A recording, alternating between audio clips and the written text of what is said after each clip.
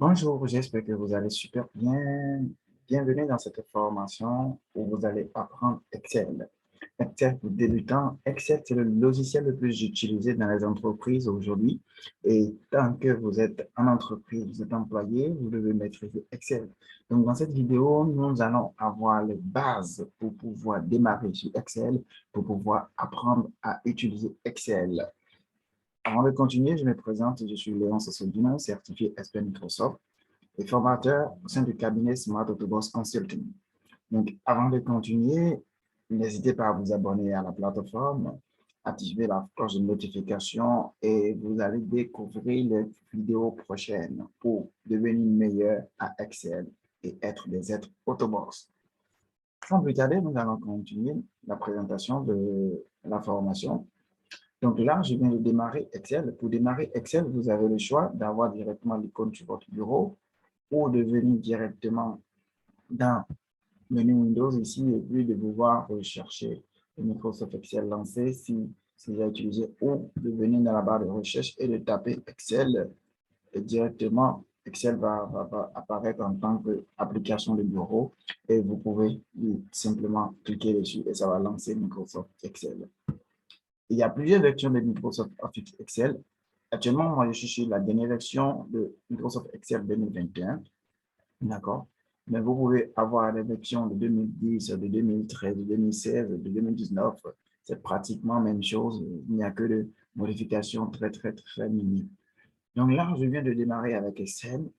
Et à l'ouverture, je vois ici à gauche des menus qui me sont proposés, c'est-à-dire l'accueil, nouveau, ouvrir et compte. À quoi c'est tous ces éléments? Nouveau, c'est pour pouvoir ouvrir un nouveau classeur, d'accord? Parce que dans Excel, on parle de classeur. Dans Word, vous parlez de documents, d'accord? Dans PowerPoint, vous parlez de présentation. Et ici, vous allez parler de classeur, d'accord? En fait, Microsoft Office Excel fonctionne avec des objets. On va mieux expliquer tout à l'heure. Donc là, au démarrage, je vois que j'ai accueil ici, je suis dans nouveau. J'ai la possibilité de voir les fichiers récemment ouverts, d'accord? Je peux avoir des fichiers épinglés, d'accord? Avoir des fichiers épinglés, c'est-à-dire les fichiers que j'ai l'habitude d'utiliser et que j'essaie d'épingler pour mieux voir. C'est comme les discussions que vous épinglez sur WhatsApp, les discussions que vous épinglez ou bien les commentaires qui sont épinglés sur des pages pour pouvoir vite voir ces fichiers-là. Voilà. Donc ici, j'ai des modèles qui sont proposés par Microsoft. À l'ouverture directement, je vois que j'ai des modèles. Tu peux voir d'autres modèles. C'est là d'abord la première opportunité, gain de temps que vous avez avec Microsoft Office Excel dès que vous êtes connecté à Internet. Des modèles sont prédéfinis, sont préfaits par Microsoft Excel. Et Microsoft Excel est aussi disposé à vous former sans que vous n'ayez besoin d'un formateur. Ah oui. Là, vous voyez directement, je clique sur modèle et Office d'abord. Il y a des modèles d'Office et il y a des modèles des modèles personnels que j'aurais déjà enregistrés. Et je vois ici que j'ai la possibilité de suivre des guides pour pouvoir apprendre à Excel, apprendre, se familiariser avec les formules, les tableaux croisés dynamiques. Excel me propose des cours que je peux utiliser. Là n'est pas l'objet. Ici, je peux voir des modèles de fichiers que je vais chercher, que je vais vouloir utiliser pour démarrer. Par exemple, vous avez besoin de créer, d'utiliser un facturier ou bien de créer une facture. Vous n'avez pas à vous compliquer la vie. Il suffit de rechercher des modèles de facture et Excel va vous proposer une facture. Je cherche dans la barre de recherche et puis entrer.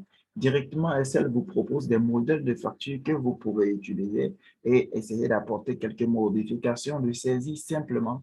Par exemple, ici, vous voyez, il s'écrit nom de la société. Vous aurez à remplacer par le nom de votre société. Et c'est écrit numéro de facture. Vous aurez à générer le numéro de facture et de manière très simple. Donc là, directement, moi, je vais cliquer sur une facture très simple. Je clique là, je crée et automatiquement, Excel me crée un fichier, d'accord? Il m'ouvre un classeur. Donc, actuellement, j'ai un classeur et dans ce classeur, j'ai une facture qui est proposée, une facture par défaut, un modèle de facture que j'ai ouvert sur Excel. Alors là, je parlais de classeur. Classeur, c'est tout le fichier qui est ouvert, d'accord? C'est ce fichier que vous pouvez voir ici, classeur. Automatiquement ouvert, le nom du classeur est affiché comme fichier facture calculant un total. En fait, si j'ouvre encore à nouveau un nouveau fichier neutre, un nouveau classeur neutre. Vous verrez comme ça que directement le nom du classeur qui est attribué s'appelle classeur 1. D'accord? Vous avez le nom du classeur qui est attribué qui s'appelle classeur 1. Vous avez les feuilles qui sont rangées dans un classeur. C'est comme ce que vous avez sur votre bureau. Vous avez des classeurs qui sont là et puis il y a des feuilles dedans, il y a des dossiers dans ces classeurs-là. Donc, je peux avoir des classeurs, d'accord? Un classeur, dans le classeur, il peut y avoir une feuille. Je peux cliquer sur ce bouton pour pouvoir créer une deuxième feuille, cliquer pour créer une autre feuille. Je peux avoir autant de feuilles que possible, d'accord? Et les feuilles, je peux les renommer. Il suffit de double-cliquer sur le nom de la feuille et puis de mettre l'intitulé de la feuille. Par exemple, je mets bilan, entrée pour valider. Ici, je peux lui donner encore un autre nom, base de données. Et entrée, base de données, je vais dire, entrée pour valider. Et automatiquement, vous avez votre fichier, d'accord, qui comporte des classes, des feuilles, je veux dire, d'accord. Avant de continuer, n'oubliez pas de vous abonner à notre chaîne, activer la cloche de notification pour ne pas rater nos prochaines vidéos. Merci. Alors, on continue. Ici, je vois des cellules, des éléments dans lesquels, ici, vous voyez, je me déplace, ça s'appelle des cellules. D'accord? Et chaque cellule a un nom. Comme dans Word, vous avez l'habitude de saisir du test sur du papier, dans une zone de test. Ici, vous allez saisir les données dans les cellules, dans le champ que vous voyez là. D'accord? Et ces cellules sont déterminées par des lignes et des colonnes. Par exemple, l'endroit où je me trouve actuellement s'appelle C5. Je peux lire le nom dans la partie zone de nom où je me suis posé. Avec mon curseur, vous voyez mon curseur. Cette partie s'appelle partie zone de nom. Et c'est là je vois que Excel me donne le nom de ma cellule. C5 et C5 parce que je suis dans la colonne C et je suis sur la ligne 5. Donc, si je viens à tel endroit, je verrai directement que je suis en E7 et ça va directement me mettre le nom. D'accord? Donc, vous avez des lignes, d'accord? Pour avoir tout dit au total, vous avez près de 1 48 576 lignes dans Excel. Et la dernière colonne de Excel, c'est ISFD. Les colonnes évoluent, en fait. Vous avez des colonnes A, B, C, D. Après A, B, C, D, vous avez AA, AB, AC, AD, jusqu'à ISFD. Près de 16 000, plus de 16 000, je veux dire, colonnes. Alors, ici, je suis sur une feuille. Sur une feuille, je peux faire mes saisies, je peux déposer des graphiques, je peux déposer des images, je peux faire tout ce que j'ai l'habitude de faire en Word, de le déposer ici, d'accord, sur ma feuille. Et sur une seule feuille, je peux avoir beaucoup de papier à 4, je peux m'exprimer bien. C'est-à-dire beaucoup de papier à imprimer. C'est-à-dire je peux générer autant de pages. Je veux dire autant de pages que je vais imprimer. Ici, vous avez les différents modes d'affichage. D'accord? Là, je vais revenir sur notre classeur ici pour que vous puissiez mieux voir. Nous avons différents modes d'affichage ici. Actuellement, je suis en mode affichage normal. Si je clique sur affichage page, vous allez voir alors les différentes pages. Ici, j'ai le zoom ici que je vais utiliser pour pouvoir mieux voir. Là, je clique et me dit actuellement, j'ai 2 pages. Vous voyez ici, c'est inscrit 1 sur 2. J'ai 2 pages parce que j'ai écrit sur 2 différentes pages. D'accord. Ici, je peux voir un mode aperçu des sauts de page.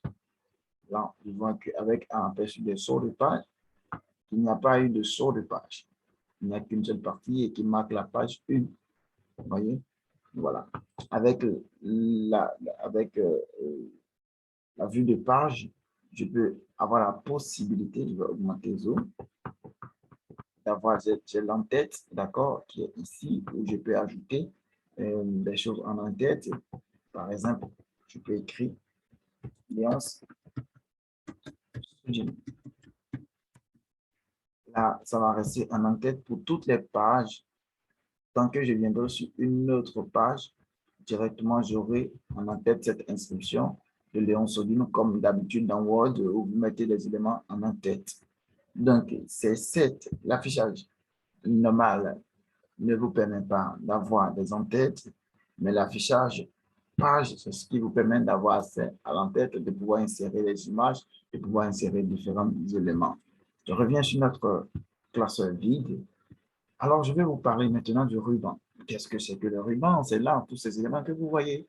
Voilà, les onglets que vous voyez, onglet section, onglet mise en page, onglet formule, tous ces onglets ensemble constituent ce qu'on appelle le ruban. Le ruban. Et c'est votre ruban maintenant qui comporte sur les médias, tous les outils, toutes les fonctionnalités que vous aurez à appliquer, d'accord, sur Excel. Alors, je viens dans l'onglet accueil. Vous pourrez voir dans chaque onglet, j'ai des groupes. Dans l'onglet accueil, j'ai le groupe police, j'ai le groupe alignement, j'ai le groupe nombre. Et il y a des groupes qui ont des lanceurs de boîtes de dialogue. Voilà, si je clique sur ce petit bouton, ça m'ouvre encore d'autres fenêtres pour pouvoir aller en profondeur dans, dans ces fonctionnalités qui sont regroupées. Je peux avoir d'autres possibilités que le peu d'éléments que j'ai de ce côté.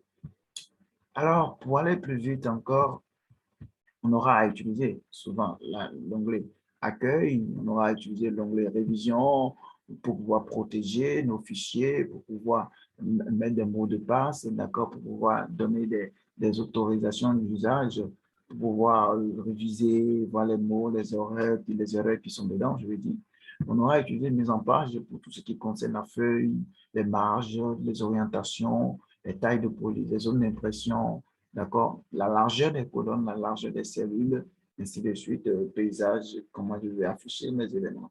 Insertion, on aura beaucoup utilisé pour insérer les tableaux, les graphiques, les formes, les illustrations, comme vous avez l'habitude de voir, images, les formes, comme on a l'habitude de l'insérer déjà sur Word. Des icônes aussi, ça, ce sont les avantages de Microsoft Office 2019 et 2021. Vous avez la possibilité d'insérer des icônes. Seulement il faut que vous soyez connecté à Internet pour pouvoir avoir cette possibilité d'insérer des icônes depuis Microsoft Office Online. Donc, vous avez la possibilité d'insérer des icônes pour pouvoir avoir des tableaux de bord très jolis, très dynamiques pour votre travail.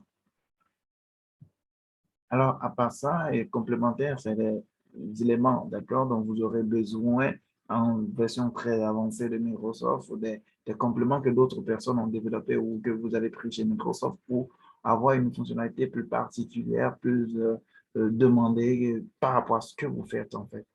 Là, il y a les graphiques ici qu'on aura insérés, et sans plus tarder, on va commencer avec les éléments. Si on parle souvent de classeur, on parle de Microsoft, Office Excel, c'est toujours pour sa capacité à faire des calculs. Excel est au-delà d'une calculatrice, et ça fait plus qu'une calculatrice. Dans là, d'abord, je vais vous en apprendre à faire des petits calculs sur Microsoft Excel. Je viens dans une cellule. Pour faire des calculs sur Excel, il faut commencer impérativement par le signe égal. Si vous mettez par le signe égal, Excel ne va pas considérer que vous êtes en train de faire un calcul. Et si vous mettez le signe égal, Excel considère directement que vous êtes en train de faire un calcul. Donc, je mets égal directement, je mets 1 plus 1, par exemple, je fais entrer. Vous voyez, Excel m'écrit 2. Il fait automatiquement le calcul, mais il utilise la barre de formule pour me faire sortir la formule que j'ai écrite en fait dans la cellule. Donc, pour venir par, encore dans cette cellule, je pourrais venir dans la barre de formule directement et puis écrire égal 2 plus 5 et 7. Par exemple, je fais entrer, il me met 9. Et si je veux encore, je mets égal A plus 2 et A plus 1. Regardez ce que je vais mettre, R1. Là, c'est une forme d'erreur parce que j'ai demandé à Excel de faire la somme d'une lettre et d'un nombre, ce qui n'est pas normal. Je ne peux pas faire mouton plus cochon, ce n'est pas évident. D'accord? Ce n'est pas évident. Donc, directement, Excel va me générer une erreur. Et là, c'est une erreur qui me dit, bon, voilà, je n'ai pas compris ce que tu m'as mis. Il y a une erreur de nom de fonction. Parce que quand j'ai commencé par utiliser, écrit A directement, Excel m'a proposé une liste de fonctions. Donc, il me dit, ah, la fonction que tu as utilisée, le nom de fonction que tu as utilisé, je ne comprends pas. C'est pourquoi il met dièse non. Ça, c'est une des erreurs de Microsoft. Il peut y avoir beaucoup de types d'erreurs, près d'une dizaine d'erreurs qui sont sur Microsoft Office Excel. Donc là, il y a des listes de fonctions qui sont proposées par Excel que je pouvais avoir qui commencent par la lettre A, même qui commencent par la lettre S. On aura le temps de voir. Donc, je fasse cette erreur bizarre. Je viens encore pour faire les calculs. Je pouvais faire recours aux cellules. C'est-à-dire, je pouvais venir cliquer directement en B3, dire que je vais faire l'élément qui se trouve en B3, plus l'élément qui se trouve en C9. En C3, je vais dire. Donc, directement, il me fera la somme. Il me dira que ça fait 11. Donc, dès que je modifie les éléments qui se trouvent dans une cellule, d'accord, directement, ça me met. Constatez quelque chose. Lorsque je me mets dans une cellule et que je commence par saisir, je commence par écrire, automatiquement, Excel dit que je suis en mode entrée. Regardez en bas ici, mon curseur, je suis en mode entrée. Et quand je fais valider, ici, il me dit que je suis en mode prêt. Il y a différentes sortes de modes sur Microsoft Office Excel. Là, je suis en mode prêt. Si je me mets, par exemple, je viens cliquer dans ce test. Et là, je suis en mode modifié. D'accord? J'ai double-cliqué sur la cellule pour modifier le contenu de la cellule. Et là, Excel dit que je suis en mode modifié. D'accord? Là, ce sont les différents modes. Mode prêt, c'est quand Excel dit oui, vous pouvez entrer les données. Mode entrée, c'est quand vous êtes en train d'entrer les données vraiment. Lorsque vous êtes en mode entrée, qu'est-ce qui va se passer? Par exemple, là, je commence par saisir. En mode entrée, j'ai déjà commencé par saisir. Lorsque j'utilise la touche de direction pour me déplacer, je fais droit, la touche de direction droit ou bien gauche, directement, Excel valide le contenu que je viens d'insérer dans la cellule. Or, moi, mon but, si c'était d'aller modifier un élément, alors là, il y aurait problème. Mais lorsque je suis en mode modifié, d'accord, dans une cellule, constatez que Excel me donne la possibilité de me déplacer avec le curseur, avec la touche de direction, pour pouvoir modifier, insérer des éléments au début ou au milieu. Mais si je ne suis pas en mode modifié, il ne peut pas, d'accord? Il faudra forcément que j'utilise alors mon curseur pour pouvoir me déplacer moi-même pour venir écrire. Et dès que je me déplace avec le curseur, ça me ramène directement en mode modifié. Pour valider le contenu dans une cellule, vous avez la possibilité alors d'appuyer sur la touche Entrée ou d'utiliser une touche de direction ou d'utiliser cette touche Entrée qui est ici, le V qui est ici, qui vous permet d'entrer, de valider le contenu dans une cellule sans vous déplacer de cette cellule. Ce bouton s'avère utile lorsque vous allez un peu évoluer en VBA. D'accord? Ça va vous apparaître banal, mais c'est très utile. Alors là, je suis sur les colonnes. Ici, j'ai la possibilité de serrer mes colonnes. Vous voyez, donc, je me mets entre deux colonnes. J'ai la possibilité de maintenir clic gauche. Et là, je vois qu'il y a une largeur pour ma colonne. D'accord? La largeur de la colonne est indiquée. Je peux réduire la largeur de la colonne. Vous voyez, je peux agrandir en maintenant clic gauche de ma souris et en me déplaçant. D'accord? Clic gauche et en me déplaçant. Et constatez quelque chose, là, j'ai réduit la taille de la colonne B et l'élément qui était inscrit dedans, autrement dit, les 11 111, d'accord, les 11 111 ont affiché dièse dièse. C'est une forme d'erreur qui est bénigne en fait. C'est-à-dire, voilà, ça n'a pas de conséquences. Cela veut dire quoi? Ça veut dire simplement que la cellule, elle est très petite pour pouvoir contenir l'élément qui est dedans. J'ai deux possibilités pour résoudre ce problème. C'est soit je diminue la taille de ma police. Là, je viens dans l'accueil, je viens dans police. Je diminue la taille de ma police avec ce A. Là, je suis venu à 8, et ça me dit ne peut pas. Je vais écrire 5, je vais entrer. Donc là, je viens directement dans la case ici pour inscrire le nom parce que le bouton qui me permet de réduire la taille de police ne peut que s'arrêter au niveau de 8. D'accord? Donc là, j'ai diminué la taille et puis j'ai bien vu l'élément qui est dedans. Voilà. Ici, je peux changer la police. Comme dans Word, vous avez l'habitude de changer la police. Je peux choisir des polices différentes. Voilà. En fonction des polices, là, je vais agrandir.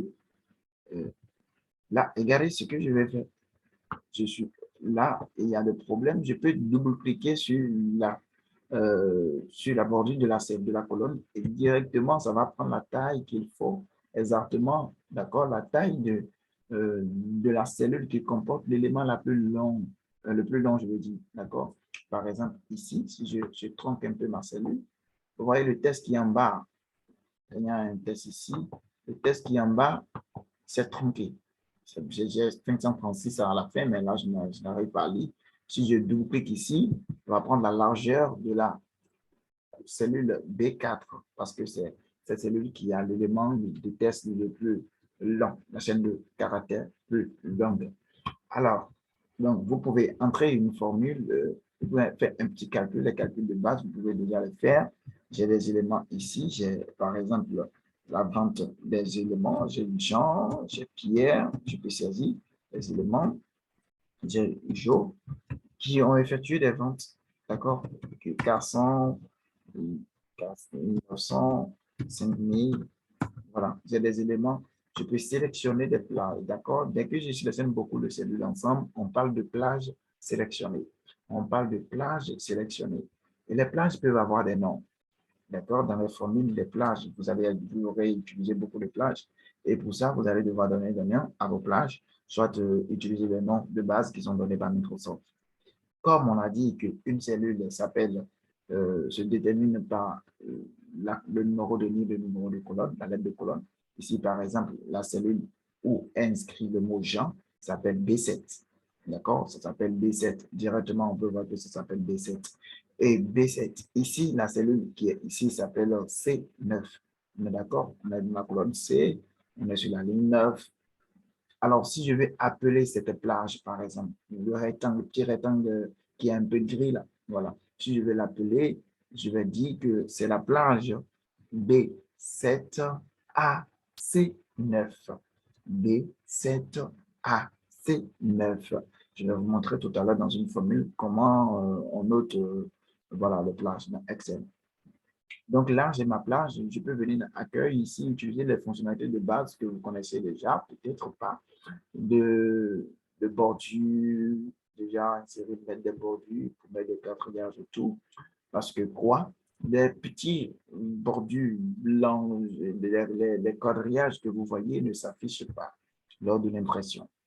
Vous voyez les quadrillages ici qui peuvent disparaître. Il suffit de venir dans Affichage et de dire Afficher dans le groupe Afficher. Je ne veux pas avoir les quadrillages enlevés. Et là, c'est comme ça. Même à l'impression, c'est ce que vous aurez.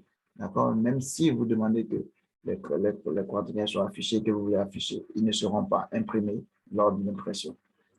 Alors, pour qu'ils soient imprimés, soit vous irez dans Options, Fonctions, et ajouter, à permettre à ce qu'elle puisse être imprimée, d'accord, dans d'autres fonctionnalités de Excel, permettre à ce qu'elle puisse être imprimée, ou carrément, vous allez dire que non, bon voilà, vous mettez des bordures vous-même directement, et puis là, elles pourront être affichées à l'endroit où vous aurez sélectionné. Donc ici, j'ai sélectionné ma planche et je veux que cette partie soit imprimée avec des bordures. Donc j'ai mis, ici, je vais mettre des trames de couleurs, des couleurs de fond. Je prends par exemple les noms que je vais sélectionner. Maintenant, clic gauche en partant du curseur. Regardez, il faut que le curseur soit le gros plus pour que vous puissiez sélectionner. C'est ce curseur qui permet de sélectionner les plages. Avec clic gauche maintenu, on peut sélectionner. Avec contrôle maintenu, on peut faire des sélections multiples. Je maintiens la touche contrôle et je sélectionne d'autres parties. Je maintiens la touche contrôle, je sélectionne. Je peux désélectionner si je suis sur Microsoft 2019 ou 2021. Je peux désélectionner comme on a l'habitude de le faire dans Word, désélectionner des parties ou sélectionner d'autres parties, sélectionner, voilà. Donc, je peux ajouter des couleurs, d'accord? Je choisis ici les couleurs de fond pour mes éléments. D'accord, je peux avoir autre couleurs ici qui me sont proposées. D'accord, je vais avoir des couleurs personnalisées et ajouter des couleurs pour l'intérieur de mes cellules. Maintenant, si je prends l'élément qui se trouve dans mes cellules ici, j'ai la possibilité dans l'alignement de pouvoir les poser à des endroits donnés, les centrer, dire que à gauche, à droite, parce que par défaut, Excel envoie les nombres à droite, les chiffres et les lettres du moins à gauche. Vous allez constater quand je me mets directement à écrire ici total par exemple, Excel va le mettre à gauche, d'accord? Tandis que si c'est du nombre, Excel va mettre ça automatiquement à droite, comme dans ce cas ici. Alors, je vais essayer d'effectuer la somme des éléments qui sont ici. Les possibilités qui me se donnent à moi, c'est que je mette égal et que je clique sur cette cellule, je dis plus cette cellule, plus cette cellule. Pour celui qui vient de démarrer avec Excel, c'est la manière la plus facile pour pouvoir faire. Je fais entrer, automatiquement, je vois que ça m'écrit 10 300. Donc, si je modifie les données qui se trouvent dans une cellule, automatiquement, tout se modifie, tout est modifié de ce côté. D'accord? Je peux me déplacer avec les touches de direction pour pouvoir, voilà. Maintenant, si je dis non, une autre manière de faire le calcul, c'est que je pourrais essayer ici mettre égal.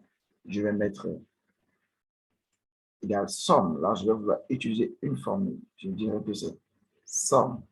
D'accord? Ça, c'est une fonction d'Excel. Quelles sont les fonctions? Les fonctions sur Excel, ça vous permet de faire les calculs que vous avez l'habitude de faire sans vouloir vous déranger, sans vouloir faire l'application numérique, en fait. Voilà. Excel va simplement vous demander des arguments, c'est-à-dire les éléments qu'il vous faut. C'est comme si vous voulez préparer la sauce et Excel vous demande de lui dire que lui, bon voilà, il connaît la recette de la sauce que vous voulez préparer. Donnez-lui simplement les ingrédients et puis il vous sort la sauce en moins de quelques pièces. Et c'est la même chose ici. Donc, il y a la formule qui est là. Vous voulez calculer le tri, vous voulez calculer la vanne, vous voulez calculer la somme, vous voulez calculer la moyenne, vous voulez calculer taux de rentabilité. Beaucoup d'éléments, beaucoup de formules sont proposées, fonctions sont proposées sur Excel. C'est à vous de lui donner simplement les arguments que vous devez connaître, être importants pour votre formule. Alors, je prends somme. Si je dis à Excel que je vais faire la somme, il me dit, bon, voilà, tu veux faire la somme, d'accord. Quels sont les nombres dont tu veux effectuer la somme? Il y a la possibilité d'écrire les nombres dedans, d'accord. De mettre, par exemple, je veux faire somme de 1, point virgule pour séparer les éléments, 2, point virgule pour séparer les 56, par exemple. Je fais ma parenthèse, d'accord, pour dire, bon, voilà, c'est seulement les 3 éléments que je vais utiliser, je vais faire la somme. Donc, je vais entrer, il me dira que ça fait 59. Donc, Excel va m'écrire directement 59.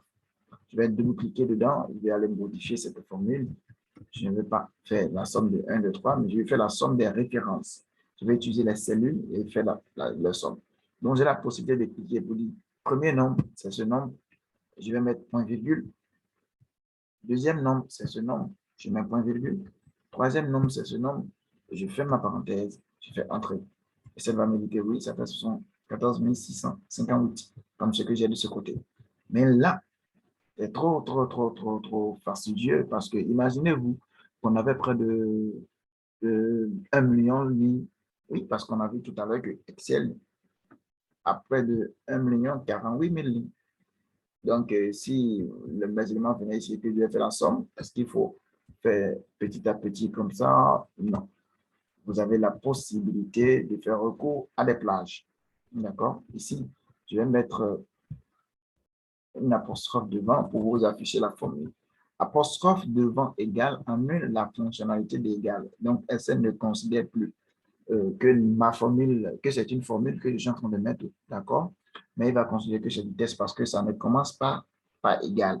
Mais dans l'affichage, vous verrez que ça va commencer par égal. Vous voyez? L'apostrophe n'est pas là, mais bon, voilà, ce n'est plus une fonction quand même parce qu'il y a apostrophe dedans dans la barre de formule. Je vais utiliser une autre formule de somme. Je mettrai somme. D'accord? Et là, je vais sélectionner toute ma plage en mettant clic gauche en commençant par la première. Et là, je vois qu'il a bien sélectionné une plage. Une plage se sépare, d'accord? Et ça commence par une cellule de début, d'accord? Et se termine par une autre cellule de fin. Data me dit, ça fait de C7, 2 points, C9. Autrement dit, de C7 à C9. Là, c'est une plage. C'est comme ce que je disais tout à l'heure, que j'ai de B7 à B9. Donc, vous avez une plage qui est sélectionnée sur Excel. Donc là, c'est comme ça, vous sélectionnez une plage pour pouvoir facilement faire des sommes. Maintenant, une magie pour aller plus vite dans Excel. Je vais sélectionner les éléments qui sont ici. Je vais copier, CTRL-C, ça permet de copier, ou vous allez utiliser presse-papier ici pour copier. D'accord? Donc, vous pouvez copier les éléments qui se trouvent dans une formule. Je fais CTRL-C, je copie. Je vais venir sur une autre feuille peut-être pour pouvoir montrer. Je vais augmenter mon zoom pour que vous puissiez mieux voir mon écran.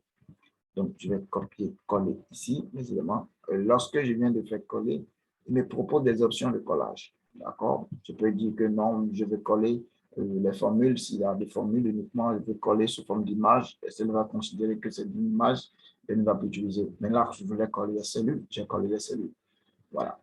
Donc là, je viens de coller des cellules. Qu'est-ce que vous allez voir? Je vais faire la somme. D'accord? Je vais faire la somme. Je vais par exemple ajouter des éléments de ce côté. Et alors, je vais faire la somme. Je suppose que c'est la vente 1, la vente 1, vente 2. Et je vais connaître la vente totale de cette personne. Pour ça, je mettrai égal, je mettrai cette cellule plus cette cellule, la cellule B3 plus la cellule C3. Je mets entrée. Et la possibilité maintenant, au lieu de venir ici, de recommencer encore à saisir la formule, je vais rester sur la première formule que je viens d'insérer, utiliser un poignet de recopie. D'accord? Ce petit point carré que vous voyez ici, ça vous permet de sélectionner et de dupliquer la formule. Vous voyez? Et les références, ça. Et c'est réfléchi automatiquement et puis dit, et c'est tellement intelligent de sorte que il essaie d'imaginer, de trouver la formule exacte qu'il faut pour vous. Faites vraiment attention, lorsque vous aurez un peu un niveau avancé, vous verrez les références figées, les références relatives pour mieux appréhender parce que parfois, ce n'est pas ce que vous voulez que QSL vous fait. Voilà. Mais la majorité des cas, ça fonctionne toujours. Utilisez un poignet de recopie pour recopier les formules. Voilà. Alors, en parlant toujours des poignets de recopie, les nombres qui sont affichés ici, par exemple, vous les voyez, sont affichés, la lecture peut être un peu difficile. Par exemple, si j'augmentais les nombres qui sont ici, vous allez voir ici, c'est un peu difficile pour lui. Alors, je peux jouer sur le format de cellule pour pouvoir mieux faciliter la lecture de ces éléments. Je sélectionne par exemple toute cette plage. D'accord? Je viens ici, dans nombre, accueil nombre. Je vois que j'ai format de cellule. D'accord? J'ai les éléments qui sont ici. Je peux dire le format d'affichage que je veux. Je vais afficher ça sous forme de nombre. Je peux afficher ça sous forme de monétaire. Je peux afficher monétaire là, ça met en euros. Je pourrais dire que non, je ne veux pas ça en euros, je vais en francs CFA. Je clique ici sur un symbole dialogue. Étant dans monétaire, symbole, je peux choisir un autre symbole qui est le franc CFA, par exemple. Le CFA franc sénégalais. Voilà. Je mets Sénégal. Je vais comme le chiffre après la virgule, 0. Je mets OK. Et là, directement, ça vient en franc CFA. Ce n'est pas moi, j'écris franc CFA. Quand vous allez dans la cellule, c'est 4900 qui est inscrit dedans. Parce que si j'avais mis du test et du nombre ensemble et puis je demande qu'un calcul soit fait, ça ne serait pas possible parce que SL va me mettre l'erreur dièse non, comme on l'a vu au départ. Voilà. Donc, j'ai mes éléments ici. Je vais pouvoir utiliser pour être recopie. Maintenant, je parlais de format de cellule. J'ai par exemple ici une manière pour faire des saisies rapides sur Excel. Je vais écrire par exemple A, je vais écrire 1, 2, 3. C'est toujours en format CFA. Je ne veux pas en format CFA. Je vais venir sur notre cellule pour vous montrer l'utilité des saisies rapides sur Excel. Je mets par exemple 1, 2, 3, 4. Sorry, 4 ici. Et que je vais aller jusqu'à, voilà, disons 50. Je n'ai pas le temps à perdre. Je sélectionne toujours ma plage. Je viens sur poignet de copie et je maintiens clic gauche et je tire vers le bas. Jusqu'à ce que je vois, au fur et à mesure que je tire, un nombre est en train d'être généré à gauche. Vous voyez au niveau du poignet de copie, 44, ici jusqu'à 50. Et ça essaie de faire de l'incrémentation. Vous voyez, et ça incrémente automatiquement ce que je vais donner, fait de l'incrémentation. Avec les nombres, ça marche, même si vous faites des bons. Par exemple, ici, je mets 2, je mets 4, je mets 6. Et quand je vais sélectionner, il va vouloir tirer vers le bas. Excel va me dire, vous voyez, ça suit l'incrémentation de 4, 6, 10, 18. Lorsque je mettrai janvier, février, janvier, février, et je vais commencer par tirer, vous voyez, ça incrémente, ça met juin, juillet, automatiquement. Ce n'est pas à moi de me déranger. Lorsque je mettrai lundi, je mettrai mardi, mercredi, je sélectionne, et ça va incrémenter, d'accord? Ouais.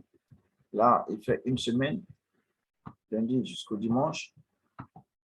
ou bien encore, il recommence lundi jusqu'au dimanche, ça me permet d'avoir un fichier où je vais les dates qui vont s'afficher automatiquement. Même chose va se passer si c'était des dates que j'avais inscrites dans les cellules. Par exemple, je mets le premier, le 1 janvier 2022. Je mets le 2 janvier 2022 et que je vais tirer vers le bas, et ça va incrémenter directement. Vous dites, voilà, il va m'incrémenter d'un jour, d'un jour, d'un jour. Et là, je vois qu'il a incrémenté d'un jour, d'un jour, d'un jour. Je peux lui dire, non, ici, dans l'option de recopie incrémenté, je peux lui dire, non, je veux que tu me copies uniquement les cellules. Je veux que tu ne copies que la mise en forme. Je veux que, en fait, que tu incrémentes les jours. Et là, c'est ce qu'il vient de faire, il vient d'incrémenter les jours. Tu peux dire, non, incrémente-moi les mois. Vous voyez, là, il aurait ajouté les mois. Il met de 1er janvier, 2 janvier, 1er février, 2 février, 1er mars, 2 mars, 1er avril, 2 avril. Vous voyez, tu peux lui dire non, je ne veux pas, je veux que tu m'incrémentes les cellules, ma série. Voilà. Donc, il y a beaucoup de possibilités. Tu peux incrémenter même des années, d'accord? Faire des remplissages automatiques instantanés. Maintenant, pour les différents affichages de dates, je viens d'avoir mes dates ici. Dans le format ici, je vois que c'est date qui est proposée. Tu peux venir choisir quelle forme de date. Je veux des dates longues, des dates courtes. Par exemple, je mets une date longue. Automatiquement, je vois. Et les cellules ici, ça mis 10, ça veut dire que la cellule est très petite pour afficher la date. Donc, je vais dupliquer et ça m'affiche dimanche 2 janvier. Vous voyez? Donc là, vous pouvez utiliser ce petit bouton. C'est une poignée de recopie pour pouvoir aller plus vite et pour faire des saisies rapidement. Je viens maintenant encore sur mes données que j'ai de ce côté et vouloir insérer des graphiques, générer des graphiques. Comment est-ce que vous avez la possibilité de générer des graphiques dans Excel? Je sélectionne ma base. Je parle de base, je parle des tableaux, des données que vous voulez utiliser, les attributs et directement ce qui va rester en mode données et ce qui va rester en abscisse. Donc, je sélectionne, je viens dans une section, je peux voir ici graphiques. D'accord? J'ai beaucoup de formes de graphiques ici. Il y a des graphiques recommandés qui sont là. Quand je clique sur graphique recommandé, Excel va me proposer des graphiques en fonction des données que j'ai. Donc là, je peux avoir ces graphiques. Je peux avoir des graphiques comme ça qui Excel me propose que je peux utiliser. D'accord? Des diagrammes en secteur, des diagrammes en bande que nous avons l'habitude. Je prends par exemple des diagrammes en bande. Voici ce que Excel me propose. Je mets OK. Et là, j'ai le diagramme en bande qui est là. Mon ruban étant là, je peux par exemple réduire ici mon ruban avec cet endroit, détacher le ruban, diminuer mon zoom par exemple. Mon graphique est venu sur une autre petite feuille volante que je peux déplacer en maintenant clic gauche, d'accord? Comme un objet, je peux déplacer. Donc, j'ai mon graphique qui est là. Je peux réduire la zone de graphique comme une forme que je vais modifier en maintenant clic gauche. Ici, vous voyez le foyer, vous voyez le curseur qui change de forme, d'accord? Quand je me tiens, que je peux modifier la zone, voilà. Donc, ici, j'ai le titre du graphique qui est là. Je peux cliquer dedans et modifier, par exemple, donner un titre à mon graphique, vente, vente du mois. D'accord? Ça, c'est le titre. Je viens ici. Constatez que dès que j'ai inséré mon graphique, il y a l'onglet création de graphique. Quand je ne suis pas dans mon graphique, il n'y a pas l'onglet création de graphique. Tant que je sélectionne mon graphique, il y a l'onglet création qui vient. Et tant que je ne sélectionne pas mon graphique, les données ne sont pas sélectionnées. Quand je sélectionne mon graphique, les données qui ont été utilisées sont sélectionnées.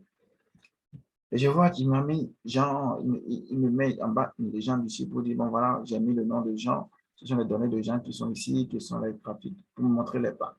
Sur ce graphique, je peux faire beaucoup de modifications en venant de ma création de graphique. Je peux attacher ici mon ruban. Je peux voir d'autres formes de graphiques. D'accord, vous voyez? Je peux avoir d'autres formes de graphiques qui sont proposées par Excel avec ce petit dépliant de menu. Je peux avoir possibilité pour avoir mon graphique avec des étiquettes. D'accord? Les étiquettes, ce sont les pourcentages que vous voyez dessus. Avoir ici les graphiques comme ça avec arrière-plan. Modifier l'arrière-plan de mon graphique ainsi de suite. Choisir moi-même quelle forme. Je prends par exemple ça. Ce qui est ici, par exemple. Ici, je vais modifier les couleurs de mon graphique. il y a beaucoup, vous voyez les couleurs qui se modifient automatiquement. Les couleurs automatiques, en fait, de mon graphique. Moi-même, je choisis ce que je veux. Et si ces couleurs, c'est parce qu'il me faut, je peux cliquer sur une partie, sur la partie de ce graphique-là, cette partie. Et quand je double-clique dessus, d'accord, je vais fermer ici, pour que vous puissiez voir. Je viens sur mon graphique, je double-clique sur la partie. Et directement, il y a un volet de navigation qui s'ouvre à moi, qui me donne d'autres possibilités de modifier d'abord ici. Ça me met des couleurs de remplissage. Je peux y rester ici, remplissage de contour, remplissage, choisir une couleur, d'accord, pour cette partie. Je dis que bon, voilà, cette partie doit rester noire. Je vais la sélectionner elle seule. Voilà, elle seule, elle est sélectionnée. Avant, c'était tout. Je fais CTRL-Z pour en relation. Maintenant, elle seule, elle est sélectionnée. Quand tout le graphique est sélectionné, vous voyez les points qui apparaît partout. Mais quand c'est cette partie, celle qui est sélectionnée, il n'y a plus de points des deux côtés, ça forme là. Je vais changer sa couleur. Et bon, voilà, tu te présentes en bleu, toi seul. Vous voyez, je peux maintenir clic gauche pour le déplacer, pour l'écarter un peu. Je peux récupérer ceci, le déplacer avec clic gauche maintenu et décomposer clic gauche maintenu et espacer un peu mes données pour mieux faciliter la lecture, la visibilité des suites. Alors ici, ce sont les éléments d'ombre que je peux ajouter à mon graphique pour dire, bon, voilà, il faut avoir de l'ombre. Vous voyez comment ça devient de plus en plus joli. Couleur de l'ombre, par exemple, rouge, vous voyez. Je peux venir de ce côté pour dire, bon, voilà, je veux que tu m'appliques des angles pour pouvoir t'afficher éclairage de points. Vous voyez, des points de séparation, voilà, pour les 4 points. Mais là, ici, j'ai la possibilité d'ajouter des étiquettes, d'accord, les éléments de graphique. Et là, vous voyez, les titres de graphique sont proposés. Je vais mettre ici, c'est du moi, je le dis, je passe sur mon. Je fais ici, je clique sur mon graphique, ici, les éléments de graphique, la légende. La légende est en bas, la légende peut rester où? À gauche, en haut, à droite, ainsi de suite, autre option. Je peux mettre le titre de graphique. Est-ce que le titre doit être coché? Je décoche, je coche, je décoche. Quand je décoche, il est enlevé. Quand je coche, il est là. Étiquette de données. Je décoche. Là, les pourcentages disparaissent. Je coche.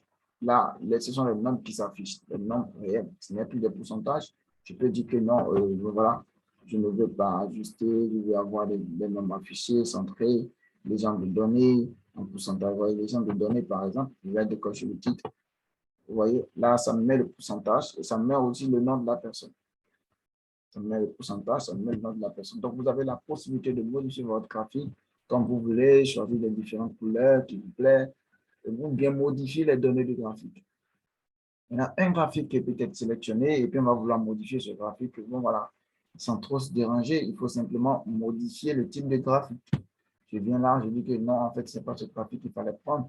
C'était plutôt un graphique en anneau, il fallait prendre. C'était plutôt un graphique comme ça qu'il fallait prendre. D'accord? Déjà, je vais modifier mon graphique simplement en gardant mes autres couleurs. Je peux dire que non, ce n'est pas récepteur, il me faut en fait un histogramme. Je peux venir sélectionner un histogramme comme ça, par exemple. Je dis que c'est l'histogramme qu'il me faut. Et là, j'ai mon histogramme qui est affiché. Vous voyez? Donc, je peux modifier les graphiques, choisir ce que je veux. Tout ça, ça se fait parce que l'insertion existe. Donc, pour insérer votre graphique, vous sélectionnez les données, vous avez une insertion et automatiquement, vous insérez. Maintenant, on peut vouloir insérer des formes aussi, d'accord? Insérer des formes. Donc là, je viens dans une section, je peux insérer une image, insérer dans cet appareil ou depuis en ligne, ou prendre directement des images en ligne. Donc, je viens là, je vais vouloir prendre des images qui existent déjà sur mon PC, si j'en ai déjà. Bien, là, vous allez localiser votre image vous-même. Où est-ce que votre image se trouve? Vous irez chercher votre image. D'accord? Là, je vais prendre une image qui se trouve quelque part sur mon ordinateur. Bien, je vais chercher une image pour vous. Ici, je crois que je dois avoir des images.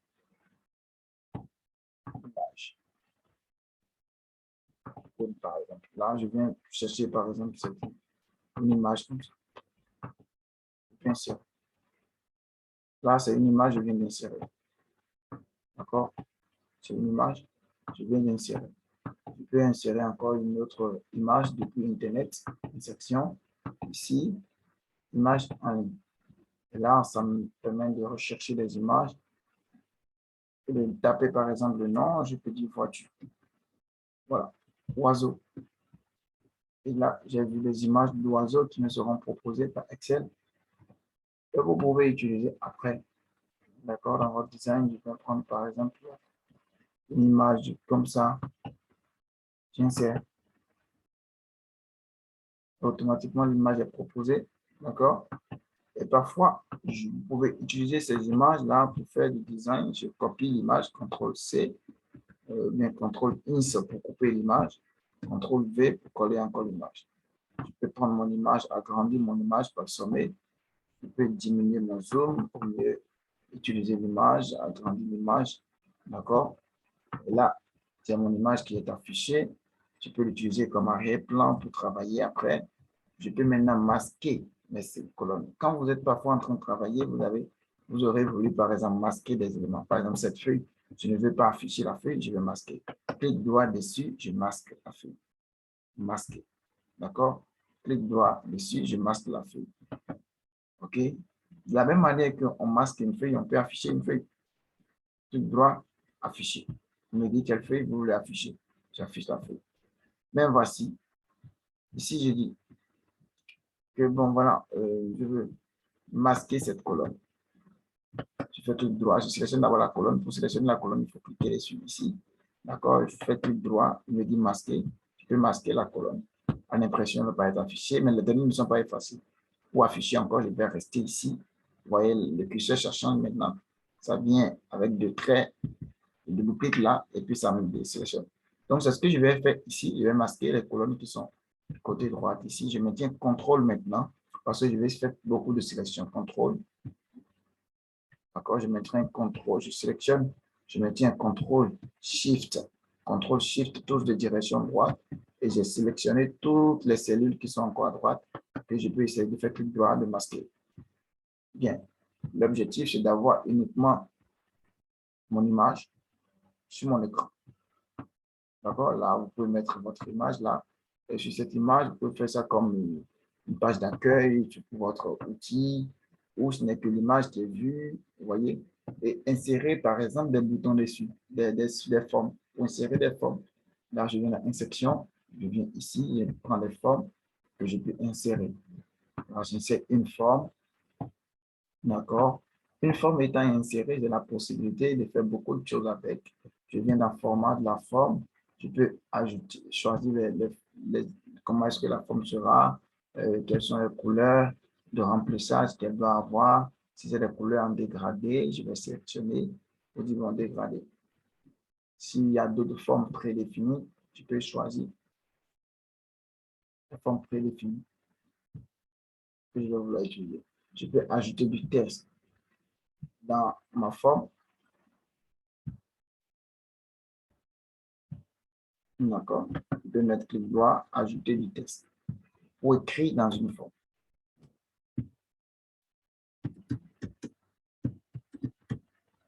Je peux sélectionner mon texte qui se trouve là et directement faire la modification, comme si j'étais dans Word.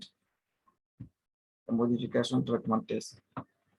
D'accord? Et là, on peut modifier une forme, agrandir la forme avec le curseur, gauche, droite, déplacer ma forme, ainsi de suite.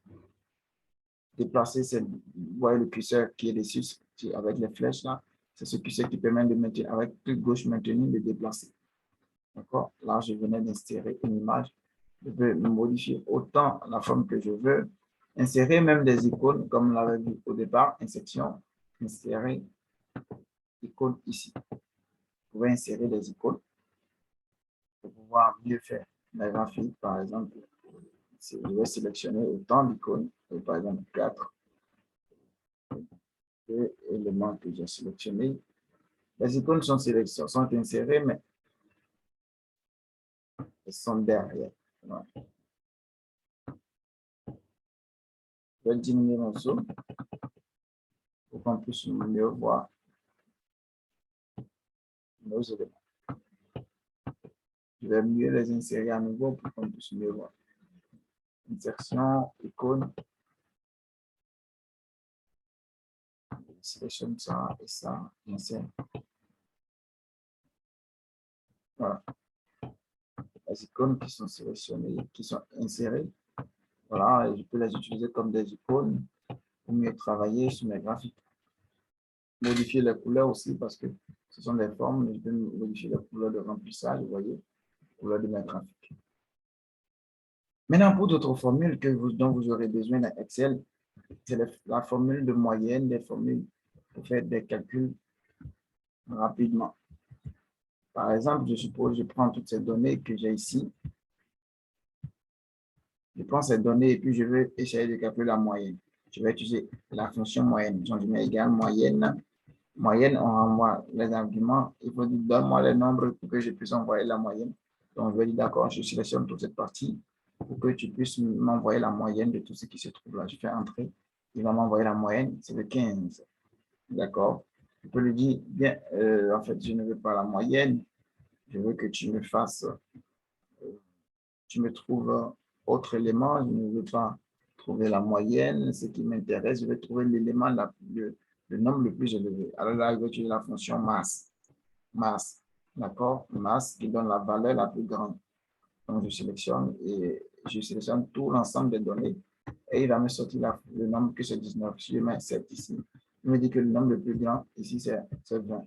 Je vais dans l'accueil pour séparer un peu. Le nombre le plus grand, c'est 18 du moins. Je peux mettre ici, par exemple, 200. Il me dit, ah, le nombre le plus grand, c'est 200.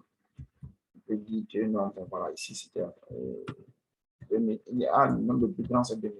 Donc, ça, c'est la fonction masse. Vous pouvez aussi avoir recours à la fonction min qui fait pratiquement l'inverse de ce que masse fait. Lui, elle, du moins, elle va essayer de trouver la fonction, l'élément la plus petite. D'accord? Voilà. Et le plus petit, je veux dire.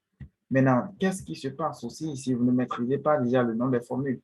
Si vous ne connaissez pas le nom des formules comme moi, par exemple, vous allez devoir venir ici, dans Excel, formule. D'accord? Les formules sont rangées dans une bibliothèque de formules par catégorie. Vous pouvez insérer directement une formule si vous connaissez déjà le nom de la formule, ou avoir des formules de somme automatique, des formules récemment utilisées, des formules financières du moins. D'accord? Là, vous voyez les formules, ce que vous avez l'habitude de calculer en finance, les formules qui sont proposées par un rendement, bon trésor, rendement, et chaque formule a des arguments qu'il faut lui envoyer. Des formules de logique, des formules de si et ou, d'accord? Des formules de recherche, de plage, des formules, d'accord? Alors là, on va utiliser une formule de logique et vous allez voir la formule dont vous aurez vraiment besoin très souvent. C'est la formule si. Je vais prendre par exemple cette cellule comme cellule témoin. Et je vais prendre cette cellule ici pour l'endroit où je vais afficher une réponse donnée. Je vais mettre ça en couleur grise comme ça. Voilà. Je vais dire, dans cette cellule, j'ai des éléments. D'accord, j'ai des nombres qui sont inscrits. Je vais dire à Excel, si le nombre qui se trouve dans cette cellule est égal à 1000, de me dire vrai. Sinon, de me mettre faux. Pour ça, il faut utiliser la fonction si. C'est une fonction de condition qui renvoie, d'accord, en vérifiant des conditions données, des réponses vraies ou des réponses fausses. Donc, je mets entrée, il me dit le test logique. Et ce qu'il veut vérifier, c'est que tu vas me prendre cette cellule, d'accord, tu vas vérifier si la cellule est égale à 1000, d'accord, point virgule. Si cette cellule est vraiment égale à 1000, alors quelle est la valeur que tu vas afficher? Tu m'affiches le mot bon. J'ai mis bon en griffe parce que dans une formule, lorsque vous mettez des chaînes de caractères qui sont des textes, vous devez les mettre en griffe pour que SL puisse considérer ça comme chaîne de caractères. Si vous ne le mettez pas en griffe, SL va considérer que vous êtes en train d'insérer encore une formule, ou bien une fonction, je vais dire. Parce que dans une fonction, vous pouvez insérer une fonction, on parle des fonctions imbriquées. Point virgule. Je vais dire, sinon, si c'est faux, qu'est-ce qu'il va m'afficher? Donc, si c'est faux, tu m'affiches mauvais. Je fais ma parenthèse, je fais entrer. Donc, il me met bon parce que c'est 1000. Lorsqu'il ne s'agira pas de 1000, il me mettra mauvais. D'accord? Lorsqu'il s'agira de 1000, il me mettra bon. Alors, si ce n'est pas ça, si je voulais, je peux changer la condition ici pour dire si c'est supérieur, si c'est inférieur. D'accord? Je fais apparaître mon clavier visuel où je vais ici vouloir indiquer si c'est supérieur. Si ce qui se trouve dans la cellule est supérieur à 1000, tu mets bon. Si ce qui se trouve n'est pas supérieur à 1000, tu mets mauvais. Donc, je fais entrer.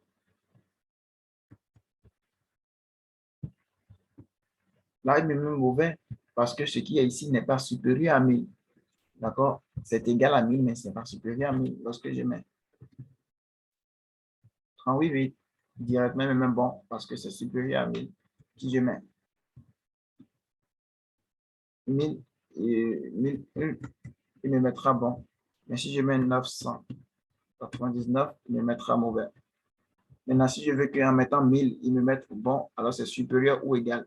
Je vais modifier la formule supérieur ou égal, ça s'écrit comme ça. Supérieur ou égal, supérieur ou égal. D'accord? Alors là, si je mets 1000, il me mettra bon avec la fonction ci. D'accord? Maintenant, je vais par exemple vouloir utiliser encore les mises en forme conditionnelle. C'est-à-dire quoi? Tant que c'est bon, il faut qu'il affiche telle couleur. Si ce n'est pas bon, il faut que la cellule prenne telle couleur. Pour ça, il faut utiliser les mises en forme conditionnelles. Les mises en forme conditionnelles de ce côté. Mise en forme conditionnelle, à gérer il y a beaucoup de règles, d'accord? Il y a règles de surveillance, beaucoup de règles que vous pouvez apprendre sur les mises en forme conditionnelles. Mais ce qui nous intéresse ici, c'est d'appliquer une règle, d'accord? Une nouvelle règle. D'appliquer une règle d'après la valeur de la cellule. D'après la valeur de la cellule, je mettrai ici. Voilà. La formule, c'est quoi? Utiliser une formule. Je vais mettre en griffe, bon. D'accord? Appliquer une mise en forme aux valeurs pour lesquelles cette formule est vraie. Si c'est égal à bon. Si c'est égal à bon, la mise en forme, je clique ici, je choisis la couleur de remplissage ici. Je dis si c'est égal à bon, tu mets ça en vert. Voilà. Je mets OK. Je mets OK. Je viens modifier la règle. Je vais voir ici, mise en forme conditionnelle, gérer les règles. Et je vois qu'il a appliqué la règle à 15. D'accord?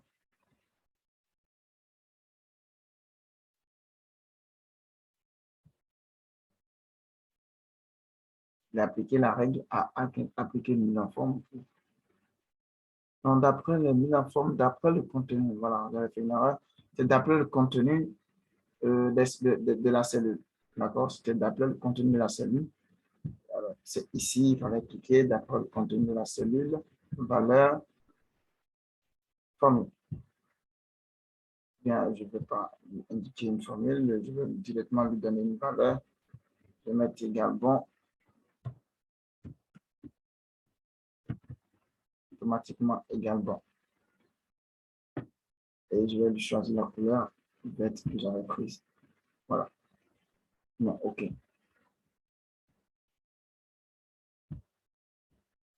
J'avais mis une autre couleur, je vais enlever la couleur.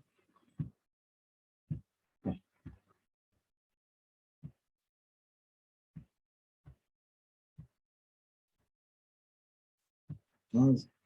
OK. Modifier ma règle. Formule égale bon. Valeur. Nombre. Je vais aller avec les nombres pour mieux appliquer rapidement.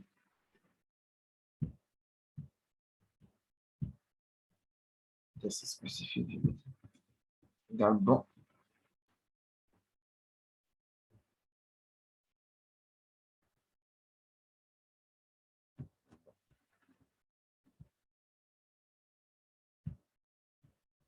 Ça ne s'applique pas parce que j'ai omis de mettre égal. J'ai la règle modifiée. Alors, je n'ai même pas appliqué de mise en forme. Je double-clique dessus, modifier, mise en forme, j'ai pas mis. la couleur. Voilà. Je n'avais pas mis de mise en forme autour. Donc, quand je viens ici, dans mise en forme conditionnelle, il y a beaucoup de règles que je peux utiliser. Je peux partir d'une nouvelle règle. Je peux partir d'une formule. Ici, la règle qu'il fallait utiliser, c'est d'appliquer une mise en forme uniquement aux cellules qui contiennent. Voilà, je voulais ce qui contient directement un élément. Quand j'étais parti écrire ici une formule, ce n'était pas la formule légale bon qu'il fallait utiliser, c'était la formule directement si bon. Bon, voilà, comme je n'ai pas utilisé la formule, je viens directement utiliser ici, appliquer la mise en forme à la cellule qui contient des valeurs. Donc, je fais ici la mise en forme conditionnelle. Vous aurez sûrement d'autres vidéos sur cette plateforme pour apprendre sur la mise en forme conditionnelle ainsi que les tableaux croisés dynamiques. Ce que nous demandons, abonnez-vous à la plateforme pour avoir accès aux nouvelles vidéos qui seront disponibles sur la plateforme ou même voir les anciennes vidéos de la plateforme. Essayez de cocher sur abonnez-vous et partagez au maximum la vidéo. Bien, là, mise en forme conditionnelle, quand je vais avoir un élément inférieur à 4, ça va m'ouvrir, la mise en forme disparaît. Quand c'est bon, ça va mettre ça en vert, bon, directement. Voilà, mise en forme conditionnelle. La feuille qui est là, je peux par exemple, si comme j'ai acheté avec cette feuille, je peux ajouter une couleur à cette feuille, à l'onglet, mettre des couleurs à mes onglets pour apprendre à aller plus vite, et mieux gérer mes fichiers. D'accord? Voilà. Révision, ça vous permet de protéger votre feuille. Vous pouvez protéger la feuille avec des mots de passe. Et dit que personne n'aura accès à votre feuille, les autres peuvent avoir accès à votre feuille, générer, modifier d'accord, les lignes, ne pas insérer. Vous voulez donner des accès, vous avez la possibilité d'insérer avec un mot de passe. Je viens cliquer ici, je mets le mot de passe et vous mettez encore le mot de passe. Et directement, ça se valide. Quand la personne n'a pas le mot de passe, elle ne peut pas débloquer. Donc, quand je viens la voir, ça me dit la cellule est protégée. En fait, pour faire ça, il faut que j'aille ôter la protection. Donc, je viens ici ôter la protection dans la révision. Il me demande le mot de passe. Si je ne connais pas, je n'en peux pas. Je mets ça. Il me dit mot de passe erroné. Donc, je vais venir ici, mettre encore un mot de passe. Il me dit mot de passe erroné. Donc, si je ne connais pas le mot de passe, c'est fini. Alors, je ne connais pas le mot de passe. Bien, là, je reviens. Ici, accueil, on vient de voir qu'on a accueil, qu'on a insertion pour insérer les formes, pour insérer les graphiques, pour aller plus vite, insérer le graphique de carte. Ça n'existait pas avec les versions antérieures, mais à partir de 2019, vous avez accès à ces graphiques de cartes complètes, d'accord, que vous pouvez avoir utilisé. Données, c'est pour pouvoir supprimer les doublons, les outils de données, importer des données extérieures à Excel. Vous pouvez, voilà, filtrer vos données, analyser les données, analyser avec des scénarios, des valeurs cibles, trier de A à Z, comme on a l'habitude de faire, trier les éléments, actualiser les éléments. Révision, c'est bon. Affichage, vous pouvez afficher le quadrillage, afficher les entêtes, enlever les barres de formule, vous voyez, tout s'enlève comme ça. Afficher tout encore. On peut zoomer à 100%. Là, ça vient à 100%. On peut définir le nombre de zoom sur sélection. Par exemple, je sélectionne cette partie que je vais mieux voir. Je viens dans affichage. Je viens dans zoom sur sélection. Voilà, ça me sélectionne, ça me zoom uniquement la partie. D'accord? Voilà. Donc, ce serait un peu tout pour cette formation en Excel pour débutants. Si vous avez aimé la vidéo, n'hésitez pas à liker, n'hésitez pas à vous abonner à la chaîne. Laissez-moi vos commentaires. Quelle est la prochaine vidéo que vous aimeriez qu'on propose sur vous? Quelles sont vos difficultés? Nous sommes disposés à vous apporter un plus pour que vous soyez un autre boss.